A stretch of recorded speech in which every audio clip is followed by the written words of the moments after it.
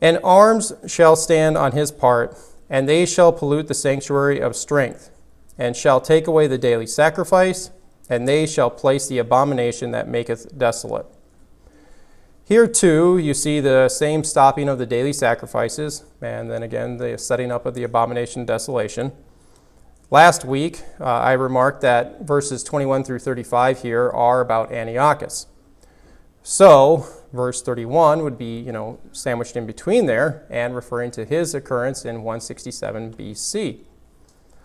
Why this does internally hold up within the rest of Daniel is because of the description of the goat's little horn in chapter 8, where in 8:25, he is described as coming to power by means of peace. In both of these chapters, you see that this king, this tyrant king, is coming in with smooth words and, he's playing the man of peace, but he's got, a different initiative in mind. And in regards to the daily sacrifice and abomination of desolation, is that chapter 8 does allude to it as well, with 8:11 saying that the little horn did stop the daily sacrifice. 8:11 also said that the temple was cast down, and if you know the historical events is that wasn't talking about destruction, but the abomination of desolation, as 8:13 spoke of the daily sacrifice and the desolation of the temple by the little horn.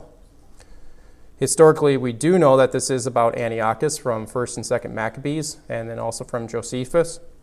All three of them said that Antiochus did come in playing the man of peace, and then each of them did speak about the abomination of desolation with a little bit of a different description. 1 Maccabees 1:5-4 flat out calls it the abomination of desolation, and that Antiochus then sacrificed a pig upon the altar in the Holy of Holies. Josephus said that Antiochus sacrificed a pig on the altar. Now, this is definitely polluting the temple. I think most know that, pigs are unclean animals in the Jewish old system. And so doing this was a direct insult to them. But the more egregious act was that Antiochus erected a statue of Zeus in the Holy of Holies.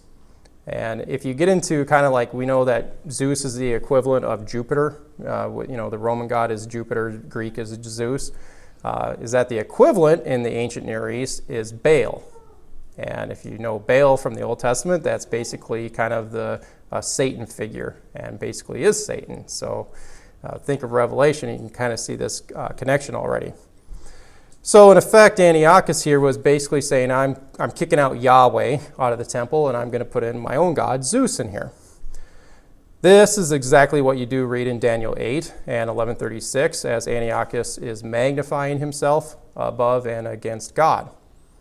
Secular historian, Greek historian that is, Diodorus of Sicily, this is prior to Jesus' time, is that he said that Antiochus opposed the God in Judea, and then later he writes that God supernaturally killed Antiochus.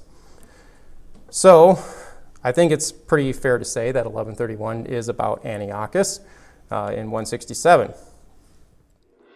Reminder, hit the subscribe button below, turn on the notification bell, hit the like button, and leave a comment. And don't forget to visit us at justscripture.org. And in the meantime, stay salty.